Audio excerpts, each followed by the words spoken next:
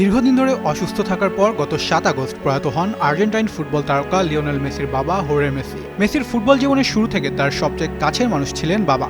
Manager, agent এবং পরামর্শদাতা হিসেবে ছেলের ক্যারিয়ার গড়ে তোলার ক্ষেত্রে গুরুত্বপূর্ণ ভূমিকাতেও ছিলেন হোর্হে মেসি। বাবার মৃত্যুর পর স্বভাবতই ভেঙে পড়েছেন মেসি। শোকের এই পরিস্থিতির মাঝেই বাবার প্রতি নিজের অনুভূতির কথা প্রকাশ করে বুধবার ইনস্টাগ্রামে একটি চিঠি পোস্ট করেছেন লিওনেল মেসি।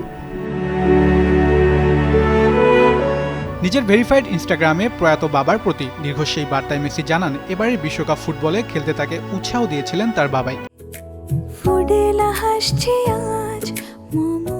ফুডেলা একটি নাবিল পণ্য।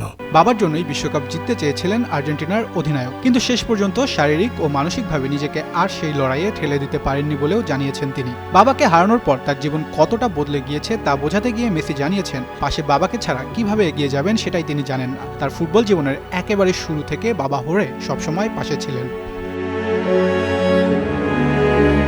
মেসির সেই আবেগঘন পোস্টে কমেন্ট করে নেটিজেনদের নজর কেড়েছেন ইতিহাসের আরেক সেরা ফুটবলার ক্রিশ্চিয়ানো রোনালদো।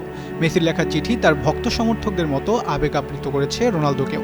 মেসির পোস্টে কমেন্ট করে CR7 লিখেন, এই কঠিন সময়ে তোমাকে ও তোমার পরিবারের প্রতি আন্তরিক আলিঙ্গন থাকলো লিও, শক্ত থেকো।